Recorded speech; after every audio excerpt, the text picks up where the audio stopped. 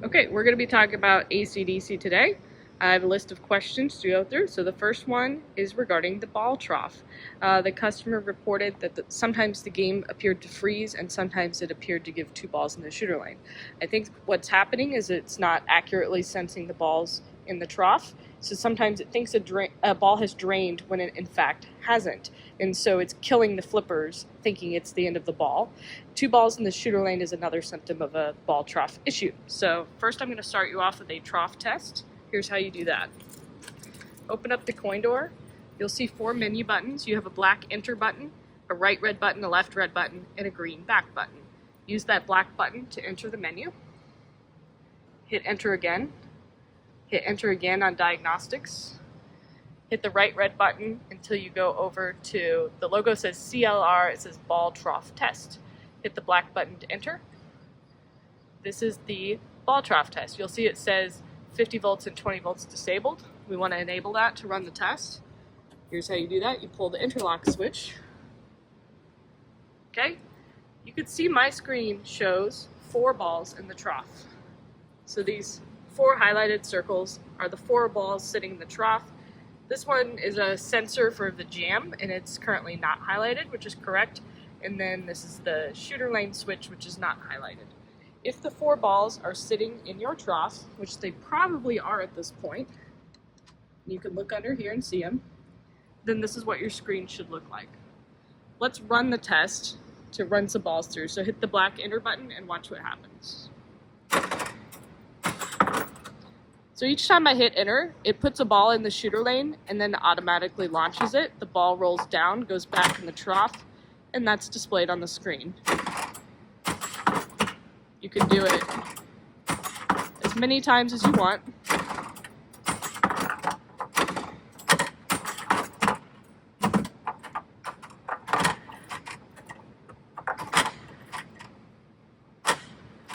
So the key is that the screen should match where the balls actually are. So if there's 4 down here, it should show 4 on the screen. Let me know if yours is doing something different. It could be an indication that one of the switches is not working. But I have a possible quick fix for you, so stay tuned. We're going to turn off the game for this quick fix. It just so happens I'm pretty familiar with these games. I've had them at home for a while. And in this era, the most common quick fix for this issue is to reseat the trough connectors. So see right here, this white connector. This is going to one of the trough sensors. Gently rock it out while the game is powered off.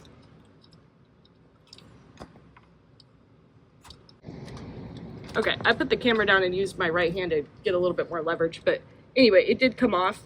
And so you'll see it's got this little locking ramp here, and all you really need to do is just plug it back in where it goes. So the locking ramp goes against the white plastic piece, and the white wire is going to be on top. So just line up the pins with the holes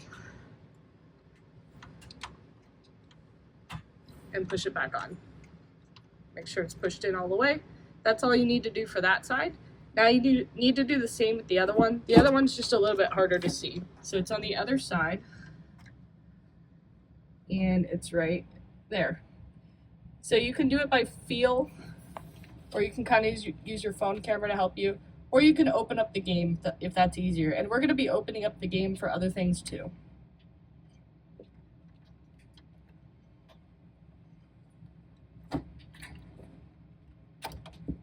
Okay. This one only has 2 pins. The locking ramp still goes in against the white header pins.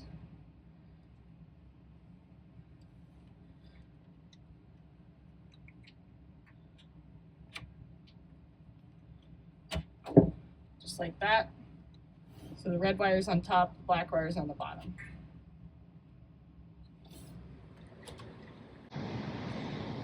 Once you have those plugged in again, you can turn the game on. You can run the trough test again and see if anything's changed, or you can play the game and see if the problem is fixed. I will tell you that this customer has an original run AC/DC, and it's pretty close to the same year as the X-Men I have at home. And I actually did this fix on my game, and I only had to do it maybe every 6 months or so, and then it was fine for a long time. And then I'd have 2 balls in the shooter lane. I tried reseating the connectors, and it was fine for a long time. So that is a potential quick fix for you on that. Okay, as I was filming, I actually noticed mine is currently showing 3 balls in the trough when it actually has 4. So I have an opportunity to show you another fix here. So let me power off the game. I see what happened. So in addition to this opto sensor over here, there are micro switches that the balls sit on, and mine has not fully rolled down. So see this ball right here? It's not touching the ball next to it, and it should be. So it hasn't fully rolled over the switch, and it's kind of hung up on the switch. So there's actually an adjustment for that. While I can almost reach it through the door, I'm going to open up the game to access it better and see it better. So I'm going to take the lockdown bar off, the latches. Some of them have a lever.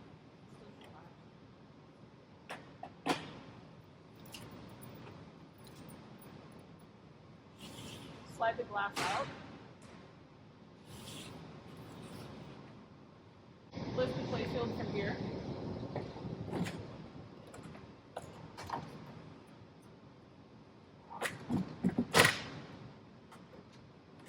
Some of the games from that era have 2 pegs instead of the rails. I'm not sure which the original AC/DC has. But I'm going to set it like this, and now I can see a lot better. This AC/DC in our showroom happens to be what's called a Vault Edition, so it was just built a little bit more recently. Alright, so since on mine, this ball was sometimes not rolling down cleanly over the switch, this is what I'm going to try. I have a switch adjuster, which is just a metal tool with a slotted in it. If you don't have one of these, you might be able to improvise. Only do this if you feel like it's necessary. But that metal piece is the switch actuator. I have just enough room. The ball's sitting on it, so that's helping get it to where it's in the window. I'm going to put the slot in my tool over it. I'm going to bend the switch down a little bit, and then try it again. Alright, playfield is back down, balls are in it. Go back into the trough test.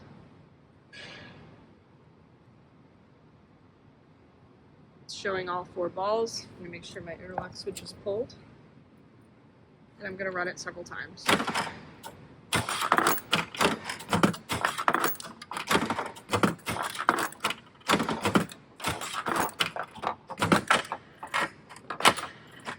Down, 2 down, 3 down, 4 down.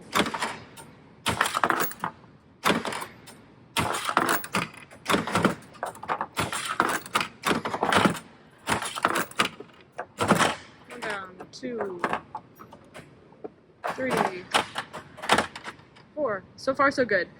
For reliability, I might run this 8 more times to make sure it's consistent, but for the purposes of the video, I'll cut it off there unless anything else happens. Another thing that can cause trough problems is magnetized balls. So if your game has chrome balls in it, this game has magnets, not all do, but this one has 2. And it can cause the balls to have residual magnetism and stick together. And if 2 balls are stuck together, they can't cleanly roll down the trough like they need to, and it can cause the trough to kind of lose track of where the balls are, and it can cause the symptoms this customer's having. So if that's a possibility, we can just send them some brand new carbon balls, and if that's what's happening with you at home, that's a possible suggestion. Okay, I have a report of the top pop bumper not working on AC/DC, so here's how to test that and some possible fixes and diagnoses. So first, let's get a ball in hand. So you can put your fingers like this and push up hard. Okay. Let's see if it's a switch problem or a coil problem. So let's go into the menu. So black button to enter, black button to enter, black button to enter diagnostics, and black button to enter switch test, and then black button one more time. So it's 5 black button presses to get into switch test. I do have my interlock switch pulled. So let's see what happens when I touch the ball to the pop bumper. Don't touch it with your finger, just the ball. So obviously this one is working. Let's try it with the interlock switch pushed in. So this will just test the switch and not actually fire it, so now I can use my finger so it doesn't pop me. So each time I press down on this white skirt,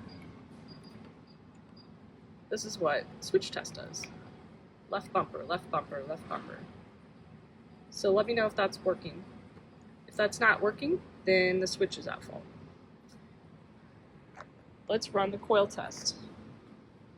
So from here, I'm going to use the green button to back up, green button again, red button to go to coil test, black button to enter, then black button to enter single coil test. It's telling me to pull the interlock switch. It's a good reminder. Use the red button to navigate till I find that pop bumper. Should be left pop bumper.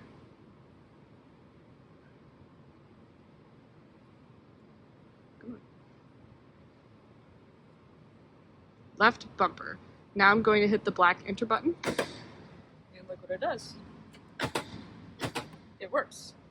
So if that doesn't work for you, then the problem is with the coil. Next, I'm going to show you underneath the common fixes. Before we lift the playfield, let's turn the game off and take the balls out.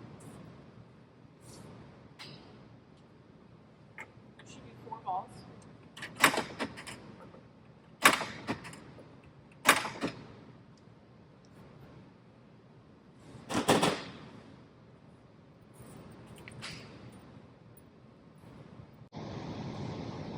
Lift from right here, get it started, grab the playfield, pull it forward until it hits the hooks, and then fold it.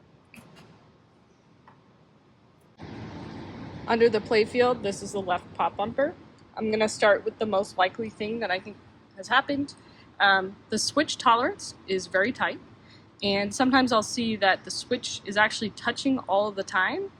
And the game is smart enough to know not to lock on the coil, and so it just makes it so the pop bumper doesn't work until you adjust the switch. So that's probably what happened. So I'll show you that and a couple other things.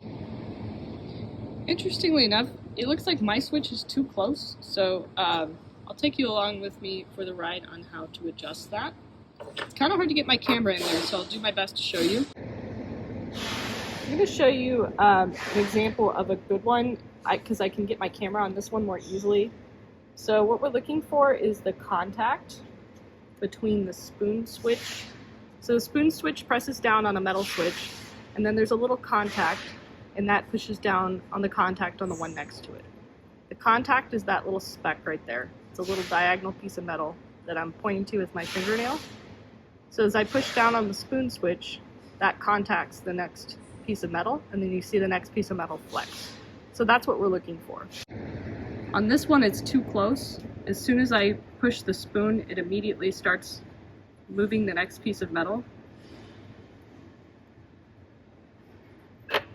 So I'm going to bend it away just a little bit. It has a stiffener here, so I'm going to try, so I grab from right here, and just pull it down a little bit, and see how the two pieces kind of move together.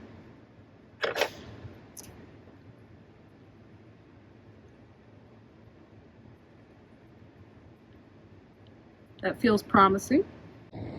And I was able to confirm with my eyes that there is a little gap between the contacts. If I were to estimate a size, it would be a 1/16 of an inch or slightly smaller. The way to truly test if you have the right gap is to press down on the skirt on all sides and see if each time I press down it closes, and when I pick up my finger it opens again. So I'm going to use my right hand to get in here and press down on the skirt. Okay, I'm going to press down. And you'll see, depending on the side I press down on, that white piece pushes on the spoon. And the spoon allows it to be pushed from different sides, and it opens and closes the switch. So that may be all you need to do, is just open up that switch a little bit. While you're under here, if that doesn't appear to have been your problem, you can check if the switch wasn't working, check that the wires are attached. If when you were doing your test, it showed that actually the coil wasn't working, the number one thing I see is a wire that has popped loose from the coil. So you'll see on AC/DC on this pop bumper, you have a blue wire with a brown stripe going to this lug, then you have 2 yellow wires with a purple stripe going to this lug. So check that those are there.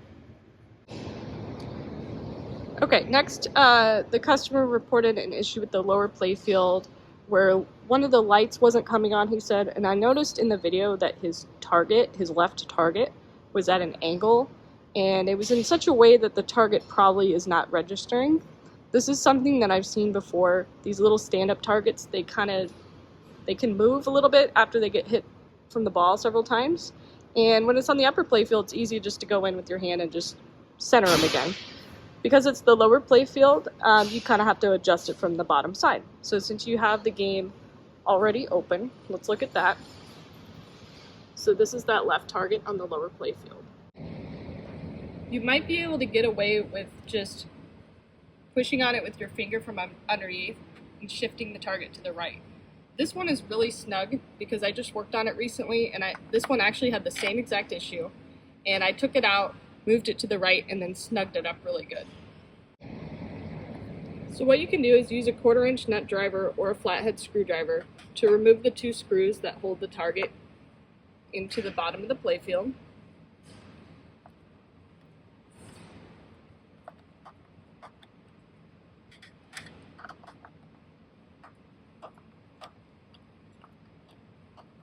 Be careful not to drop the screws, so I'm going to set down my phone so I can not drop them. As you imagine, it can be hard to find screws when you drop them in a game.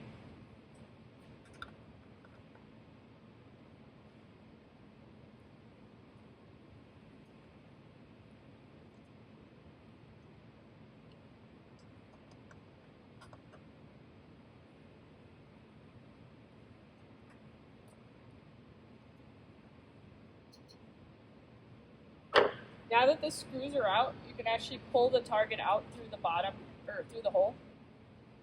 You might have to squeeze it together a little bit to get it to fit through the hole.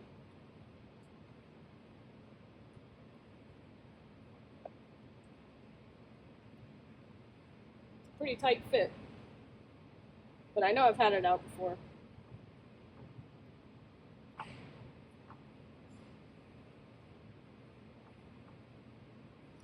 There we go. This one's actually a little bit crooked again, so I'll straighten it out. This one wasn't stuck on ours or anything like that. You can see it's a little off center, so you can kind of tilt the target face itself, and then you can move the switch in relation to the bracket. So let's see if it'll just move over. It's pretty tight, so you might want to loosen it. So there's 2 screws, same as the ones we just dealt with, 1/4-inch or flathead.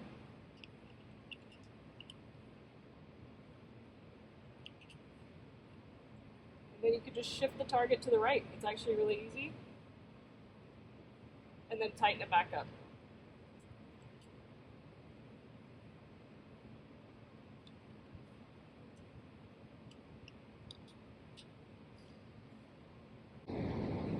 Once you've done that, the only other thing you need to make sure is that it's still lined up. So there's these 2 round golden contacts, and when you push the target, they should touch. If they're kind of crooked, then you can loosen the screws, line things up, and tighten it back. Once your target is looking straight,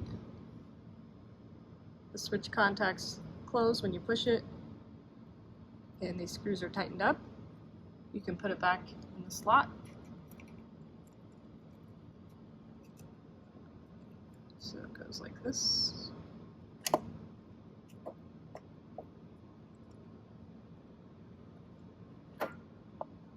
And then you can tighten up the screws.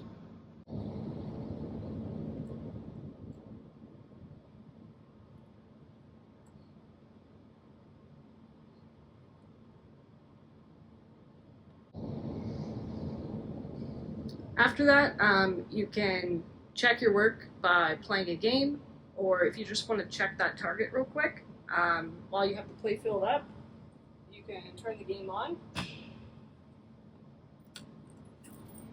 Go into switch test, which we remember on this game, you can just hit the black button 5 times, so I'm going to hit the black button. 1, 2, 3, 4, 5. switch test. And then I'm just gonna pull that target switch closed with my finger.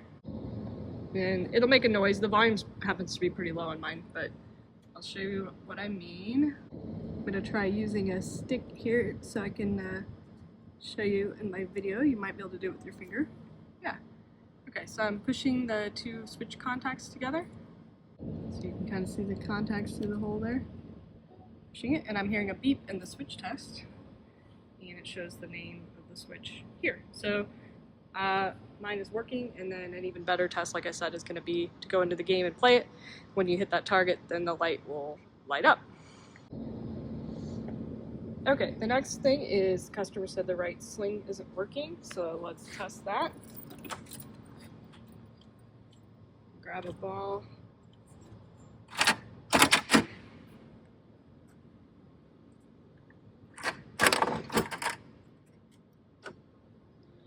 I like to do switch tests, so black, black, black, black, black, switch test, and let's pull the interlock switch, and watch what happens when I just roll the ball against it. Fires, and then when I show the screen, see how it says right slingshot when I hit those switches? Okay, watch what happens when I roll a ball against it. Fires, the switch test says right slingshot. See, there's two switches. Either one of them can cause it to fire. There's one here, there's one here. When the ball rolls against it enough for the switch to close, that's what makes it fire.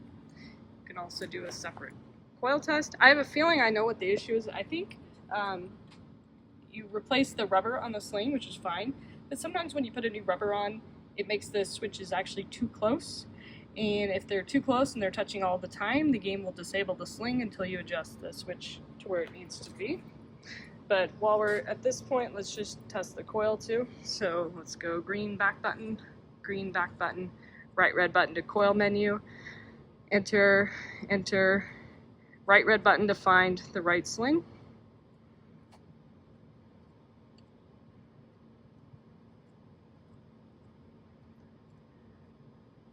Right slingshot, enter.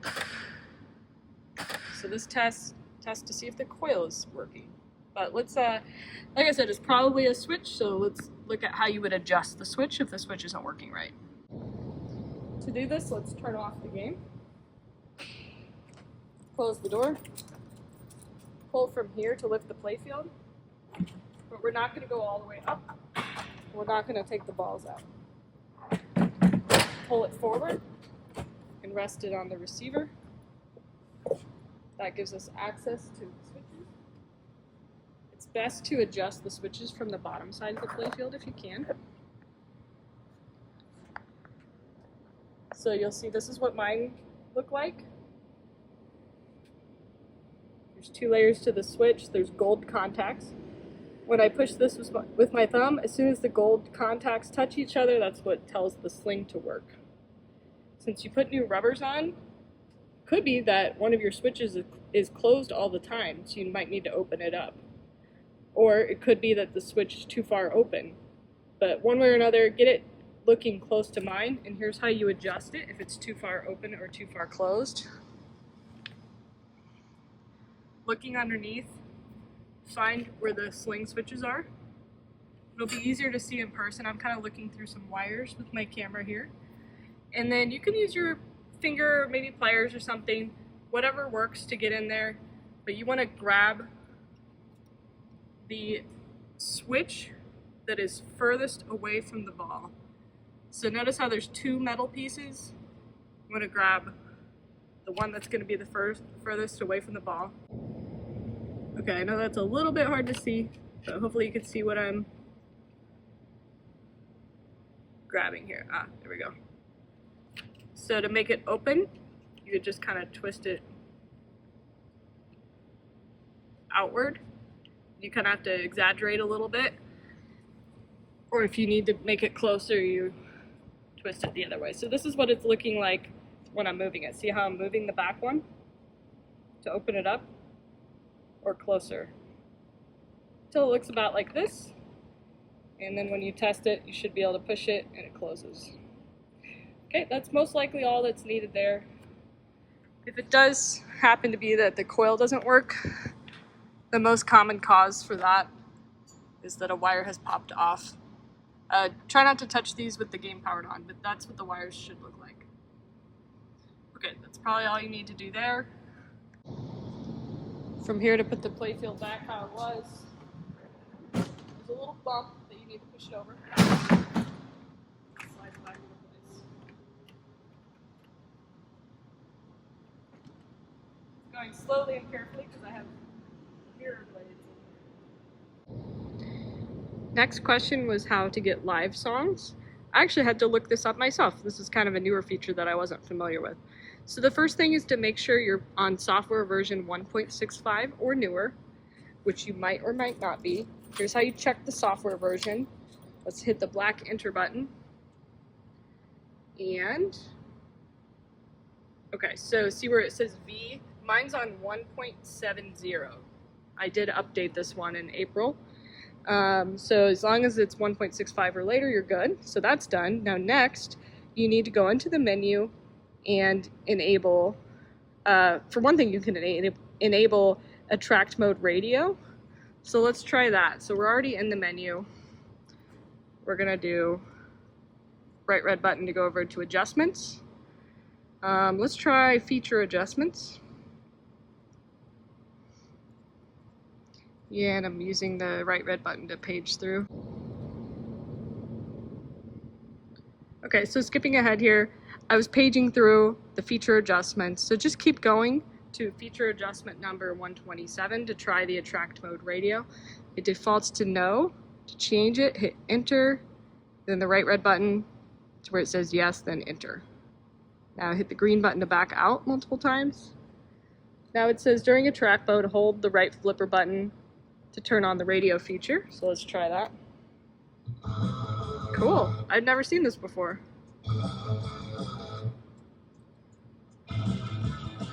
Use the flippers to pick your track.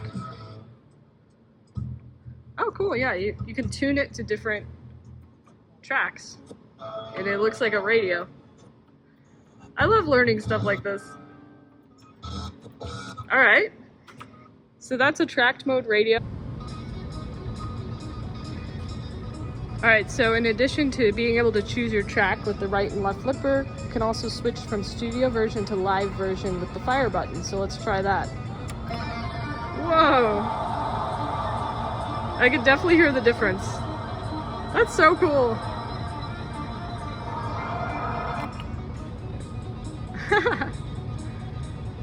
Alright, learned a new trick on AC/DC. I love it. Thanks for asking that question.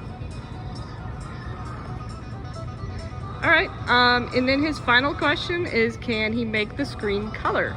There is a product called Color DMD. So originally you could see the display is red. You can make it color by purchasing a Color DMD from colordmd.com. And it comes with the instructions on how to install it. So if you want to go to their website and buy that, they have instructions on their website. But if you want my help, just let me know. Alright.